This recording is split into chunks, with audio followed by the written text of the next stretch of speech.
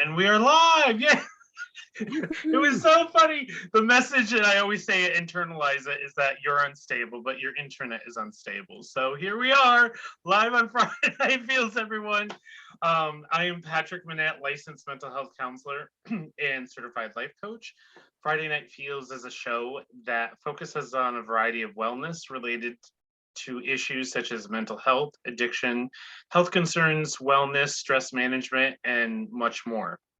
The focus of the show is to create connection and be able to talk about issues that affect all of us and how to be the healthiest versions of ourselves that we can be. Each show, I invite a guest co-host or co-host to join me and talk about their experiences. My guest tonight is Mr. John Sander. Welcome, John, to Friday Night Feels. Hey, thanks for having me. Sure. I'm so glad we were able to connect. Now, Me too. John has been in the wellness field since 2007. He started out as a personal trainer and shortly thereafter began guiding yoga and meditation. With an additional background in food and diet, John continued to evolve towards health and life coaching before finally making his transition into psychotherapy. Currently, he is practicing as a licensed body-centered therapist, as well as offering ketamine-assisted therapy out of Denver, Colorado. John has dedicated his life to supporting people in their healing, as well as helping them expand their ability to find more peace and purpose in the world. So I'm so excited that you're here. There's so much to talk about. We were talking right before we went live. I'm like, I just better shut up because let's just go live and just get rolling. And my computer's having a little lag tonight, so I'm sorry, John. Let's do it. Okay. No problem. So where would you like to begin? I mean, you have quite a variety of experiences. Like, where would you like to jump in tonight? I'm pretty open, to be honest. I kind of one of those people that just likes to pick up a thread and follow it. So if you have something specific, I know we talked a little bit about maybe you want to talk about the ketamine. If that's something you want to talk about, that's great. If something else is, yeah. Yeah, I think the ketamine is really interesting. As I was telling you before we started, I really don't know that much about it, but I know it's a really important topic. So if you don't mind going there, I would love for you to share with me and with my viewers a little bit more about it and what it is and the pros, the cons, and why you work with it and what it does. Is there some way, a lead-in question that's a little more specific? Because there's so much background. And I wouldn't say that I know it all, by heart. Mm-hmm. So what is ketamine treatment for people who have never heard of it before? Okay, so ketamine's it's still pretty emerging, but I think it's gotten pretty popular. Maybe at least in the past 6 months, I feel like it's gotten much busier in Denver. But it's been pretty popular probably for a couple of years, especially in the form of clinics. So infusion clinics are a bit different than what I do, but I think I would say that's basically how it started. Infusion clinics are often run by sort of the medical model. Not always. There's definitely variations across the state, but what that generally means is you're going in, getting a treatment, usually by IV. Mm-hmm. It's usually about 45 minutes to an hour, and then you leave. The ketamine itself has medicinal properties or therapeutic properties that we believe help with depression. And in my experience, that's true. There is some debate about whether it's how much of its active properties are due to being partially an opioid and how much of it is actually working on the depression.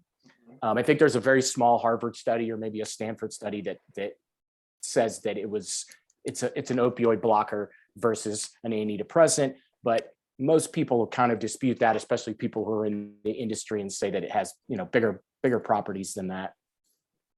Delivering it via IV is kind of the old school way to do it. And it's kind of a hands-off approach. Okay. As I said, you go to a clinic, you sit in a chair or on some kind of a lounger or something like that. They hook you up to an IV. You get the medication slowly over 45 minutes. Someone's usually sitting in the room with you, but it's usually a medical professional, okay, a medic or a nurse or something to that effect. Although I know there are ketamine clinics that do have therapists in the room. But I think traditionally, if you can call if there's actually a traditional way that this developed. It would just be about delivering the medication, sending you on your way. Okay. So how it's been evolving is that we're also learning that you can actually vary the dosage from psycholytic to psychedelic, is kind of how we talk about it. Okay. And we can actually potentially facilitate work within the ketamine sessions from a therapist. So it's not just sitting there by somebody, but it's potentially interacting or intervening during the session, depending on what's coming up for them, and what your relationship with them is, and what the intention of the session was to begin with. Okay. And how did you get involved with it? I think I have a pretty long history with psychedelics. I mean, I was, when I was in high school, I was in a very a part of the country that was really rich in MDMA. Okay. So lots of ecstasy in high school, and then I went to school in the mountains. So lots of psychedelics, and I've always experimented with them for I'm almost 50 years old now. So since I was 16 probably, been doing that, and so it was something I always believed in, and I thought was a helpful part of my life. Every time I look back on those instances, they've always been meaningful and held strong places in my personal experience. So it was something that I've always been interested in, and due to the illegality, I never got involved with doing anything therapeutic in the States. I've been out of the country a few times and participated. So when I heard about ketamine, it wasn't very attractive to me because it sounded like kind of like a narcotic off the streets, but it was the only thing that was legal, and it's the first sort of the entry level psychedelic for psychedelic treatments. Okay. So I went ahead and did the training, and actually warmed up to it quite a bit after using it myself, having experience with it myself, and then having a few clients and how good that was going for them. So I started to warm up, and there's some properties that I like about ketamine that I think is different. I don't know if I call it better, but it's different than other psychedelics. And I think it can be a good entry level psychedelic for people, because the other ones tend to be much more, what's the word? More intense would probably be the way to say it. Yeah, this is a little softer on the psyche and on the mental body. And the psychedelic components, are those considered like side effects, or is that like a permanent thing? While you're in this treatment, you could have a potential of experiencing more psychedelic effects? Yeah, that's a good question, because I think usually medical models are based on minimizing side effects, right? And I think originally infusion clinics were rolling on that precipice, or that notion that we're going to slowly deliver the dose over a long period of time to minimize side effects. What many people who are ketamine assisted psychotherapists, what they believe is that the side effects actually are part of the process and actually facilitate some of the work, some of the processing, some of the discharge. Yeah. Okay. So this is really interesting because, as I said, hearing ketamine treatment, I don't want to say controversial, but it's kind of like that. There's like a stigma around it, I think, with different places of it. It is, some of the reasons that you said of, well, why in your experience, I think this is an interesting question, is there such fear of psychedelics in the mental health field? Is it because people think it's like taking ecstasy, or it's about getting high and not being present? What have you found? Yeah, I mean, I think there's a lot of cultural backwash from that. Remember Reefer Madness, and people saying how you're going to jump off out of a window or something if you smoke marijuana, and it's possible that someone has done that at a time.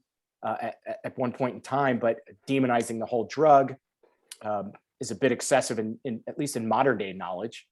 I also think there's a legitimate reason to be scared of psychedelics, because psychedelic experiences can be very scary, right, and very big and very intense. Yes. So, I see ketamine and people who do these kinds of things as, you could call people like us pioneers, but I also think we tend to be sort of fringe practitioners. Mhm.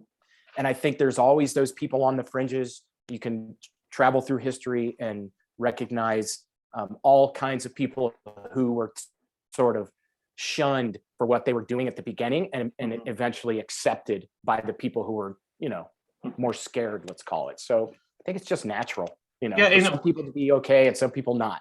right. And it's interesting as we're talking about this, I think about just what my experience are in research of any new medication or any new treatment at one point, therapy, everything at one point was new. And it's met with skepticism, and it's like, well, and we always compare it to what we know, right? It's like, well, it's not that. Well, that's kind of the point. It's not supposed to be the old stuff, because even the stuff that's older that works, it doesn't mean we can't improve. It doesn't mean we can't grow. If not, none of us would really be in the mental health field, because we would just say, "Suck it up, Buttercup." It's just, it's just your willpower. So, what kind of training did you have to go through? Was it pretty extensive to get involved with this? Well, I think the training wasn't that long, because what most of the training that I went through was about being kind of a sitter, meaning you're just sitting there. You're not really supposed to interact with the client. You just sit there as a support system, and they have their journey. Okay.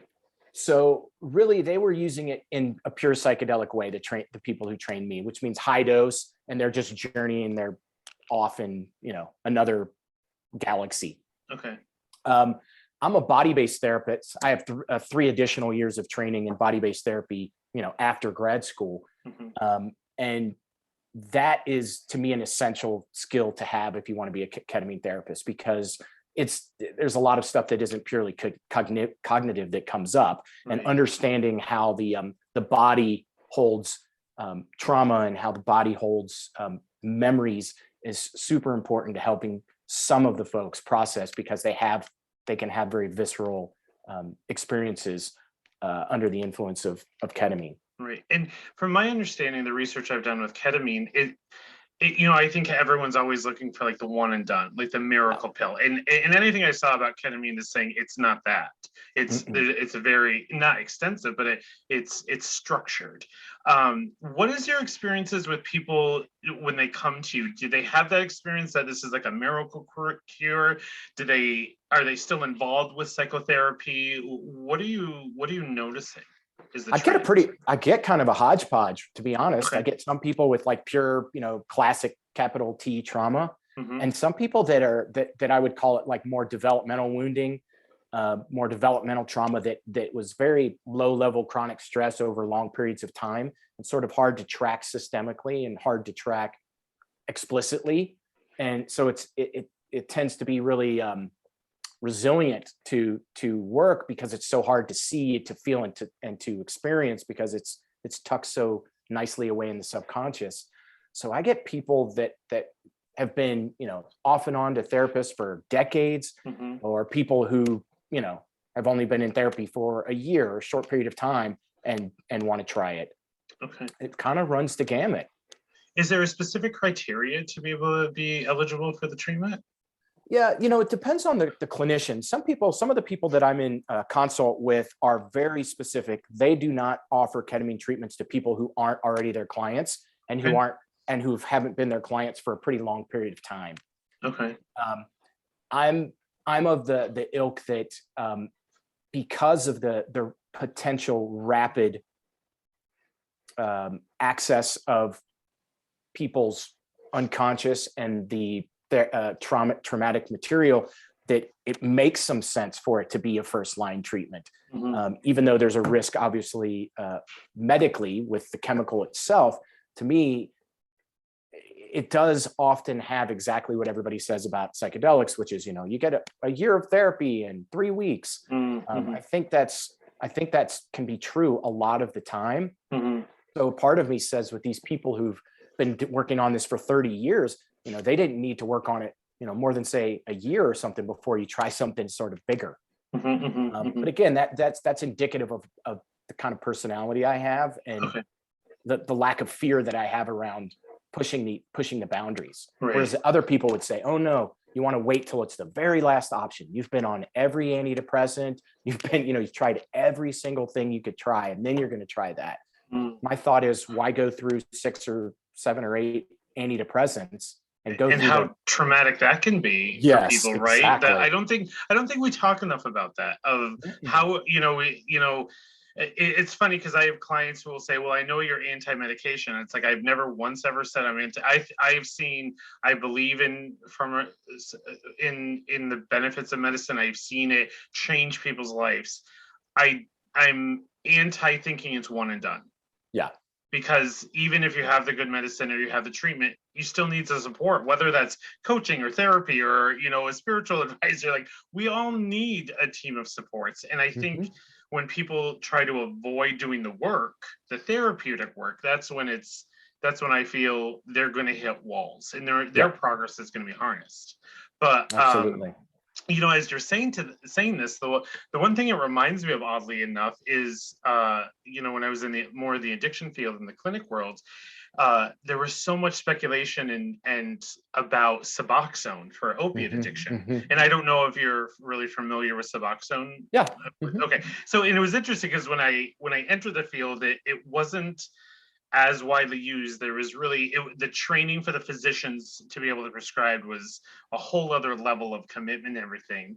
And now, maybe like 10 years later, Suboxone is much more approved. And even, we're talking with methadone clinics and different things. So, because as we're seeing, is people need more long-standing treatment for some of these addictions.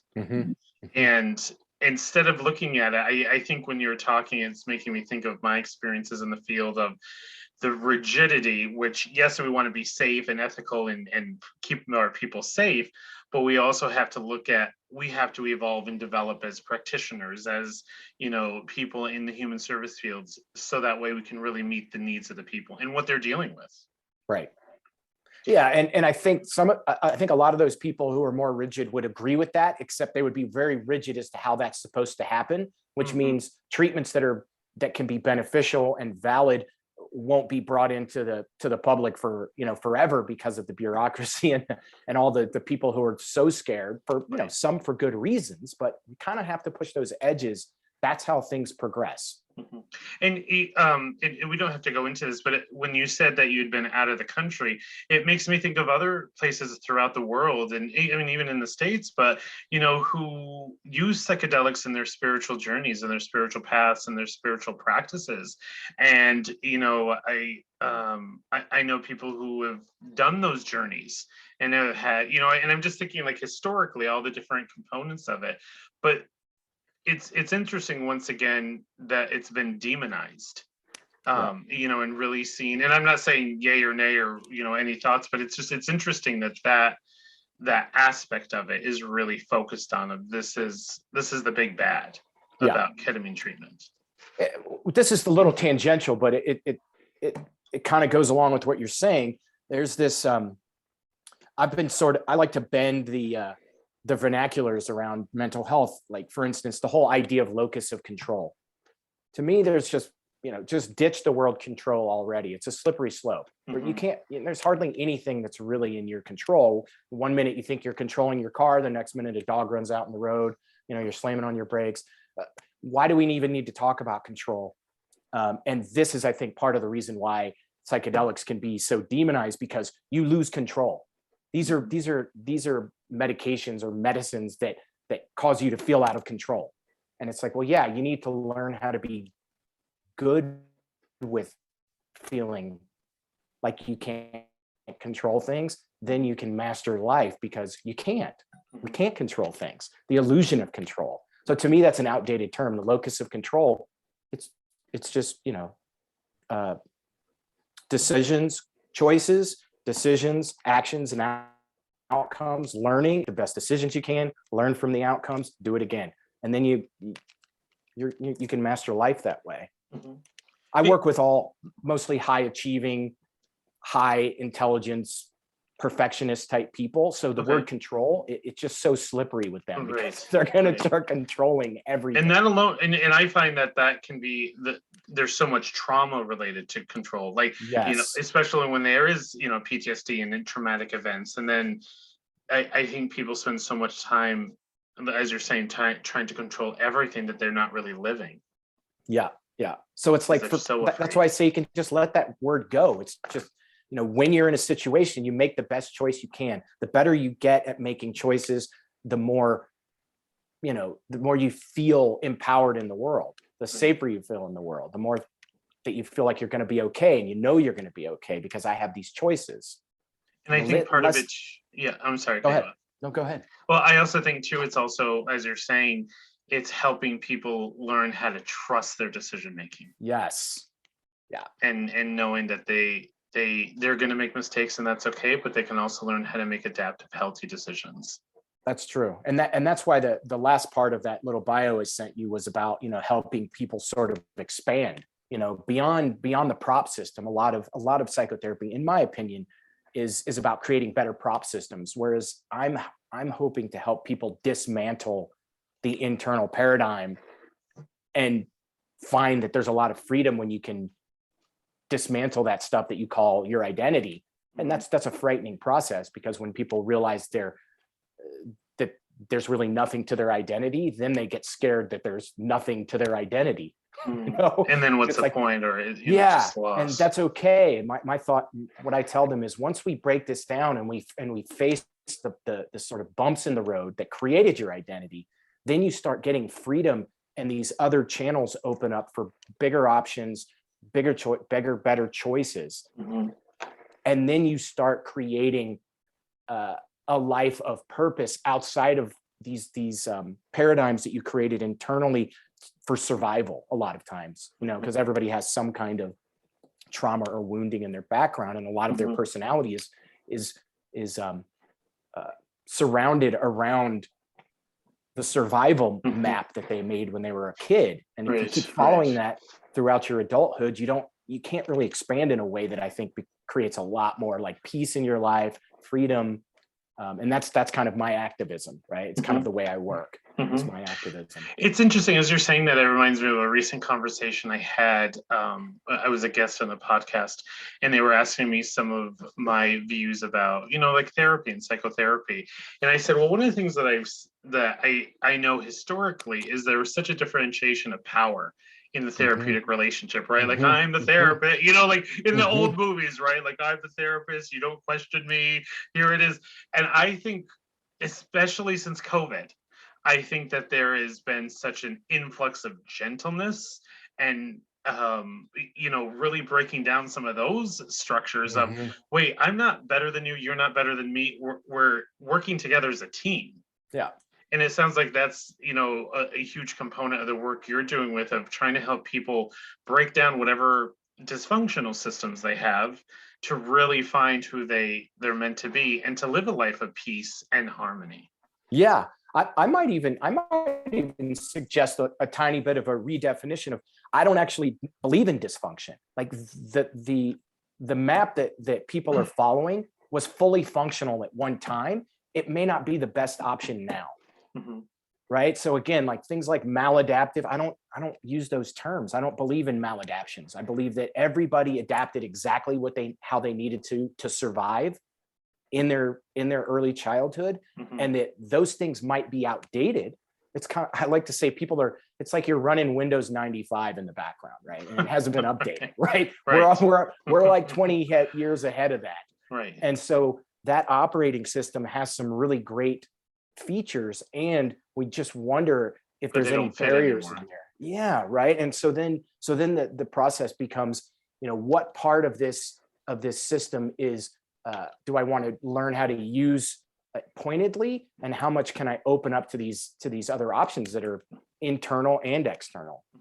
And now you would, in your bio, you shared that you also have a lot of wellness coaching and yoga. Can you talk to me a little bit about like the parallels there, or a little of those experiences? Because I always love hearing people's, wellness journeys and all the different things that they've experienced. I always find it really beautiful. Parallels to what exactly? part of your life, part of your professional development, part of your experiences Yeah. as a wellness so coach and practicing yoga.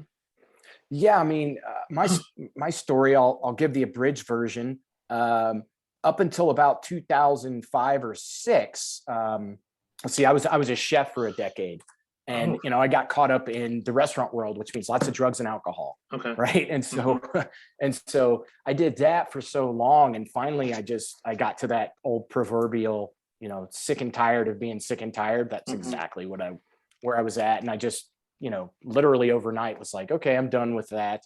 And that's when I started, all right, I got to get my body back in order, and started as a personal trainer.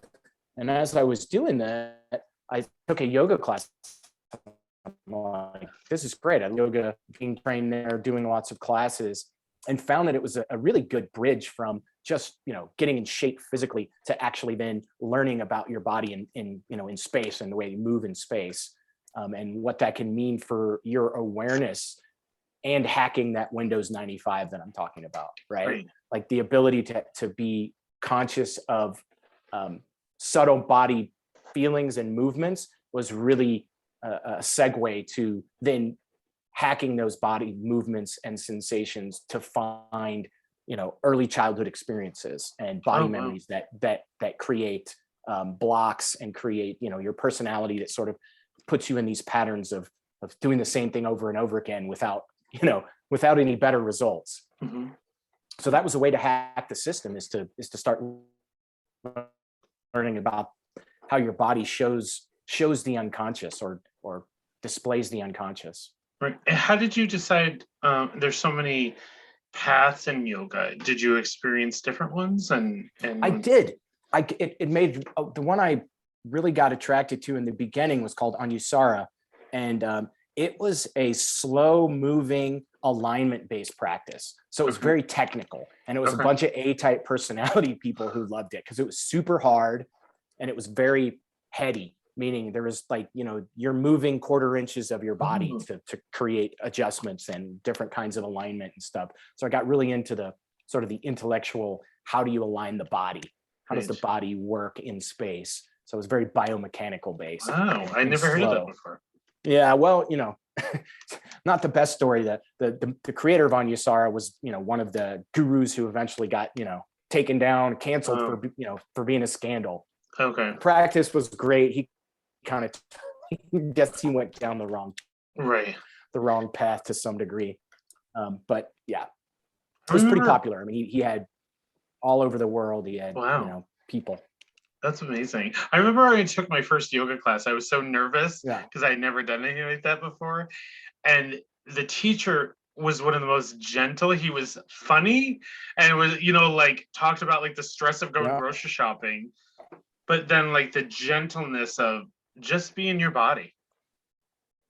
It was just this beautiful walk between the two worlds of everyday life and then a yoga practice. Yep. It's a nice bridge. It's a nice segue to learning to connect with yourself on a deeper level. And, I kind of evolved. I was teaching a lot and then doing lots of teacher training as well. But I evolved mostly into just doing the really mellow classes, restorative yoga, yin yoga, meditation. I kind of got away from the really heavy physical practice and got more into the more subtle practice and the more still practices. So I don't think I've actually taken a yoga class it's been a few years now. Yeah, it was funny that you mentioned yin yoga. There's so many great paths in the yoga world, and I remember there was a local place that would offer yin yoga on Friday nights, and so there was times where it's just a busy week, so it's like, hey, let's go and do, and I just remember how there was times where it was a struggle. I would just get irritated or frustrated, and then the teacher was really gentle, and she's like, because it's just supposed to just let it be what it needs to be for you. And then by the end of the class, I was completely calm and relaxed. What if we could do that with everything in our life, right? What if we could, again, we're back to the control again, right? What if we could let things be how they are without being a victim of them, right? again, you don't need control then. If you could say, oh yeah, this is how I'm feeling now, that's okay, I'll work through it. You don't have to control anything. You just kind of accept life as it comes and then learn to navigate your way through it the best you can. Mhm. And I would also want to say that some of the theories or the ideals that I hold also have some privilege behind them, right? Like some of this Right. stuff, and that's the conundrum of the yoga world, right? Right. There's lots of memes and I don't know, paradigms within the yoga world that are very privilege based. Mhm. They don't take other people's, you know, struggles in life into account. Right, and kind of hardships and lack of ability. And it's interesting because even when we talk about in general access to not even ketamine treatment, which I wanted to ask you about that in a minute, Yeah. but being able to have treatment, like even regular counseling, but there's no transportation. I think, and I can be wrong on this. I think with COVID kind of breaking down that system and allowing more people to have telehealth services and more access to it and more coverage, I'm hoping continues that momentum of giving more access to more people and not making it so difficult. But I mean, I live in a pretty rural area where I know we have, like, public transportation is almost non-existent. So now that people can get treatment in at home or on their lunch break and they can just put on their phone, it is so amazing that people have that connection. Have you seen an increase of telehealth services in your world since COVID? I mean, I know ketamine, you have to be in person for psychotherapy. Yeah. Well, I mean, yes, in Denver, it's definitely, I know clinicians that are never going back to in person. Mm-hmm. So yeah, I think telehealth is increased, exponentially. Ketamine, I work in person. I was trained to also, for people to do at home. Okay. And there's a few companies that you can order from and do it at home on your own. It's just not what I would recommend, unless that's the only choice you have. And some of that could be financial, right? Because you can get the medication online, right? You can be approved by a doctor online. They send you the ketamine. You can do it at home and you don't have to pay anybody, but you're also missing out in the support piece and the process piece. I actually have clients in my practice right now who called me after, right? They went through Mind Bloom or one of these other companies. They're doing sessions, but they have no integration and no support. So they're reaching out to me like, hey, this stuff's working, but I don't really know what to do with all the information that's coming up. Well, and I'm like, that's why you don't do it at home alone, right? Because things are coming up, and you can integrate, you can intervene, you can help process those things, and then help integrate them, which is essential for the long-term benefits of ketamine and psychedelic medicines in general. It's way beyond the session itself. It's how do I integrate what happened or what came up or what I processed into daily life. And how do you do that? How do you do that with people? Well, you have to extrapolate the information that came from the experience, and then, use the front of the brain to sort of reinforce it, right? Like with body therapy, I like to say we're working on the bottom of the ocean, right? A lot of psychotherapy works on the top on the surface. Right? We want to get down to the bottom and affect the bottom so that now what comes up to the top looks and feels different.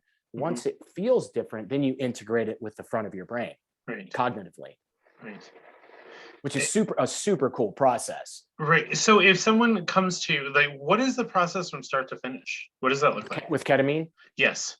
So my process, and I just had my consult team the other day, we all talked about their protocols, and everybody has a little different protocols, but you're going to need to see me at least 2 to 3 times for me to do some assessment, to build some rapport, to get some background, and to get you prepared for the sessions. Then I recommend 6 sessions in 3 weeks. So it's very intensive. It's twice a week, 2 to 3 hours. The sessions are 2 to 3 hours each. So it's intensive. And then after 6 sessions, we have a talk about what the future looks like. Some people know that they're going to want or need a couple more sessions, which is fine. Other times they're feeling better And I say, okay, let's wait like 2 weeks and then let's have another conversation, see how you are, and then plan, for your care moving forward. Sometimes that's therapy. Sometimes they're like, hey, I think I'm doing good, and they're often on their way. Other times it's, come back and do a few more sessions. So that's kind of how it looks front to back. Okay. And then, so what I've seen is different time periods. So some people might need a booster, or they might need it if they're struggling. Why would they need that? Is it? So there's two reasons that I can think of right off the top of my head. One is that the ketamine itself is a short-term solution. Okay. Right? It's the medicinal properties are going to wear off depending on how much you've processed and how much you've gotten out of it experientially. Right. Then you carry that forward, and that can help you. So sometimes you can break some of the trauma, and it can be sort of a permanent fix. But now we're going back to what you and I talked about originally about what's wellness. Like, how do you know if someone's well? Right. So sometimes the effects slowly wear off over time. I just had a client call me that it was a year ago that they did a 6 series with me. And they said, hey, I've actually felt better overall the whole year, but I can feel myself slipping a little bit. And I'd like to talk to you about what you think I could do. And we talked about, do you want to do a few sessions? Do you want to just go through a whole nother 6 series? So that's a good example. Is this person feels better. They're doing better overall. It's got longevity over the year, but they can still feel some of these things churning under the surface and feeling like they're actually getting a little more prolific in their experience. So instead of going back to antidepressants and things like that, she just said, would it be something to do to like do another series? I'm like, yeah. And then talk about potential maintenance over every 3 months or 6 months, do a session or 2. And yeah, all of those things are possible. It's really subjective and unique to each client. Okay. And then I'm assuming, when I used to work in the addiction clinic, like I was saying, our treatment plan was very detailed, and there was like 8 different life areas that we had to include. I think it's more now, everything from like physical to emotional and because there's so much to a person's life. I'm assuming that's part of also some of the treatment you do is like, so what are you doing for our physical? Do you have a PCP? Do you drink enough water? I'm sure that like we were saying, it's not a one and done, it's a lifestyle change as well. That's true. That's the hardest part for people to really embody, because the way that I work, even outside of ketamine, just my sort of the modality that I use, the lens I look through, I tell people this isn't skill building, this is a lifestyle.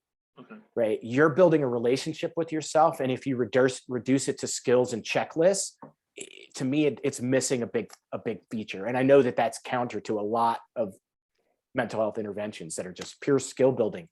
And you could argue that people get skills out of the way that I work, but I like to see it as they're learning how to be in relationship with themselves. Mm-hmm. And that's not just a skill, it's a relationship. Right. It's not a hack. Okay. It's like you're building a different way to be with your internal experience and self. And that's, to me, much more robust and paradigm changing. Right. And do you have people who are seeing other therapists that come to you just for ketamine treatment and yes. continue with their therapist? Okay, because I've seen that more often now. I just had a new client call me yesterday who said they had talked to a ketamine therapist just before me who wouldn't let them continue with their current therapist. And for me, it's a case-by-case basis. Okay. I know that some people some clinicians are just like that. If you're seeing 2 therapists, they just think it's a liability or whatever, and sometimes it is. Okay. But as I told them, if it becomes a problem, I'll let you know. If it's something I get like, hey, I get concerned about, you have a therapist who works very different than me, and we've got competing sort of information, and that can become a problem. Okay. But I know the therapist style of this person, and they are body-based therapists. So the chances of them receiving very similar information is good. And right. They have a long-term relationship with this person. So if I can support that and keep that going, that's great. Okay, wonderful. And what are some reasons that someone may not be appropriate for ketamine treatment? There's some medical reasons, any kind of heart disorders, Temporary things would be people on like benzodiazepines, although that's not a contraindication. It's more of a interrupter, meaning it might interrupt the effectiveness of the medication. So it's not, I don't think it's anything that's going to hurt. Of course, just, caveat that I'm not a doctor. So I'm talking about medical things, and I don't want people to think I'm giving medical advice. I'm not. It's just what I've observed. So there's certain health conditions, most of them are around heart and blood pressure, that are contraindicated for ketamine use. And then certain medications, I think maybe MAOIs, I'd have to look back at my paperwork. Luckily, my prescribers are the ones that do the medical eval. Yeah, so they cover all of that. Yeah, they cover the medical parts. For me, mental health wise, what would keep them, what would make them not a good candidate? This is an interesting story. So people who have a history of psychotic breaks probably would not be a good candidate. People with bipolar might not be a good candidate because it could trigger manic episodes. The thing is that I had an interesting experience with the psychotic break stuff, where I had a client who did not have a history of psychotic breaks, appeared to be broaching that bridge after one of our sessions, having a break, was talking about, things not being real, and it took us about 20 minutes to get through that, because he was, probably in the beginnings of a sort of a panic attack and going on and on about things not being real. And the interesting thing is, we backed off on the dose the next time. They didn't have that experience. Then we went back higher to where they were before and didn't have that experience. Then we went even higher for their last session and they didn't have that experience. Theoretically, did we break a psychotic break propensity? Don't know. So that would be a contraindication, but I've had an experience where it seems like it actually helped get through something that was at least akin to a psychotic break. And I'm sure with all of that, with any therapy, you're careful and cautious, so they know, okay, this is what we do, let's do it safe. And because with other sessions you're saying, it sounds really important that they are a good candidate for it, so it is safe, and they're able to get everything they can out of it. Yeah, safety is a big issue, and part of the argument in the ketamine world is around the safety. So it's pretty safe drug historically. The dangers of ketamine itself are the real, like, intense dangers, the ones like what they call laryngospasm, which is your the muscles in your throat spasm and close your airway. That happens typically in surgical procedures under anesthesia or in emergency situations where people are giving very, very high doses of ketamine. And there's been some talk. I know that I've talked to a few anesthesiologists who that's what they brought up, the laryngospasm, but my medical attorney who did my paperwork says that there's no information that confirms that that's a possibility with low dose and sublingual or oral route ketamine. So, it kind of worries me, but it doesn't seem like there's any good information that could really happen. It just has a really safe history, even though there's some people who think it's really dangerous. So it's kind of interesting. And are you seeing more research being done, like where people are more interested and really want to, test it? Oh yeah. Okay. Yep. Well, that's exciting. So you have more data. Yeah. Oh yeah. Yeah. Yeah. Most of it's not around safety. Most of it's around, dosing and what the mechanisms are. Why does it work? Yeah. We talked.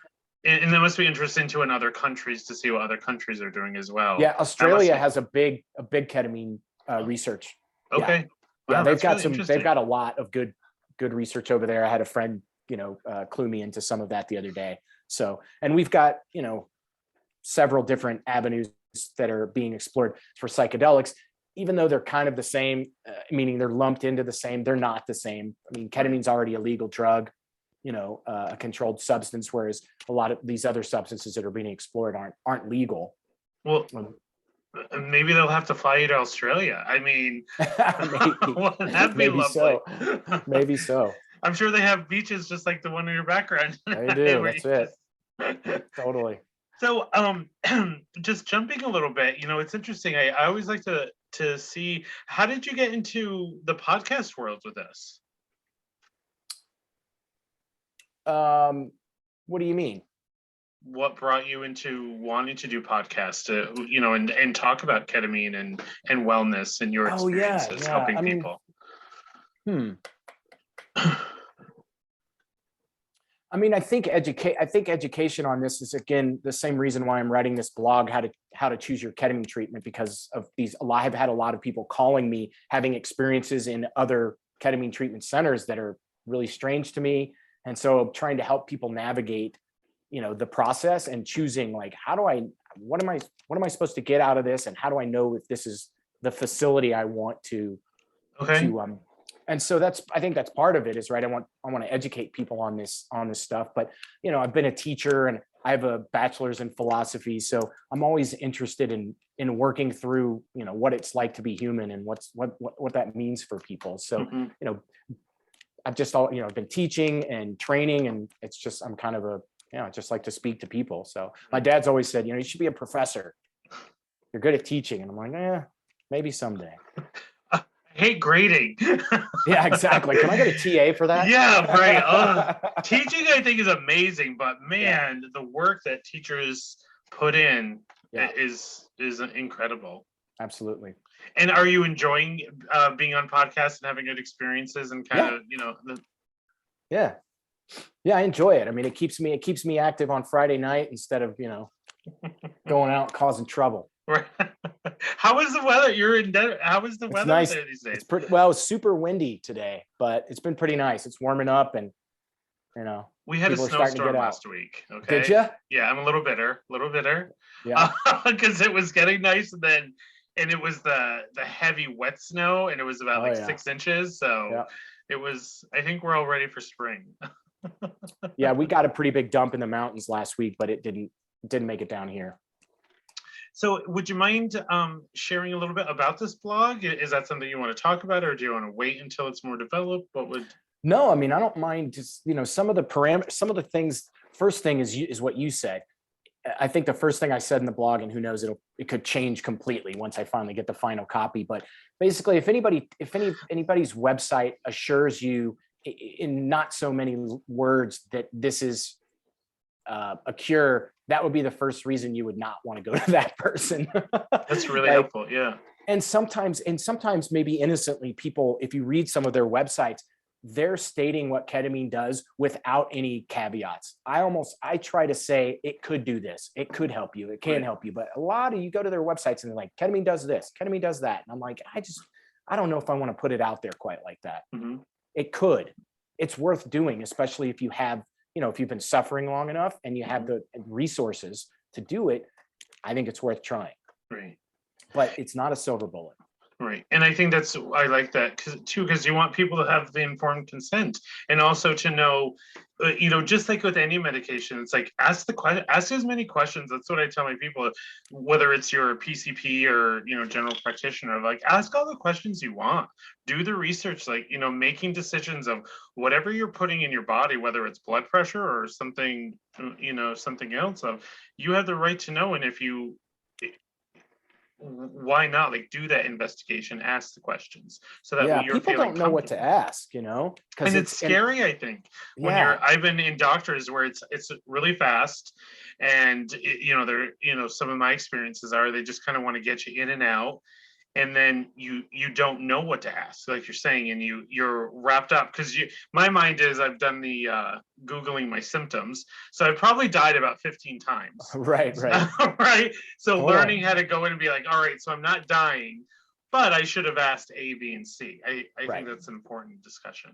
And keep in mind that the corporate complex, maybe that's not even a fair way to characterize it, but a lot of the first information that people are going to get around ketamine is going to be from the Infusion Clinics. Why? Because they have all the money in the SEO. Mm-hmm. So when you Google ketamine treatment, it's going to be a bunch of infusion centers. Yep. Then you're going to read their literature. They're not going to introduce you to any options. Right. They're not going to say you have options. Hey, you could find somebody who has a therapist and do it this way. They're just going to tell you the research and what it is. And you may not look much further because the first 2 pages of the search are going to be all ketamine clinics, not necessarily therapists offering ketamine treatment. Right. Right. So the information it's not collaborative. We don't collaborate with infusion clinics really. And it's not because we're against each other necessarily, but it's not the industry's not put together like that, where there's a comprehensive list of things, which is why I wanted to do a blog that's like, how do you choose your ketamine treatment? Right. To try and start giving some structure to that. Mm-hmm. And if people wanted to connect with you, how would they do that? Or are you on social media at all? Or what's the best way to connect with you if they had questions? Call me or email me call me or email me. Okay. And what's your email? If you want to just say it, and then people can reach out to me if they're listening to the podcast. Sure. It's John Sander at johnsanderlpc.com. Okay, awesome. And if anyone's watching or listening, and I can connect the two of you if you have any questions, I'd be happy to. Yeah. I'm also happy to answer, questions. If you're not in Denver, obviously I'm not going to be treating you, but if you're looking for something around the country and you just need a little bit of guidance, I'm happy to take a few minutes out of my day to give people some information. And if they want to travel to Denver and do 3 weeks here and do treatment with me, that's fine too. But that's awesome. So as we kind of wind down, what's one piece of advice that you would like people to walk away with from this conversation?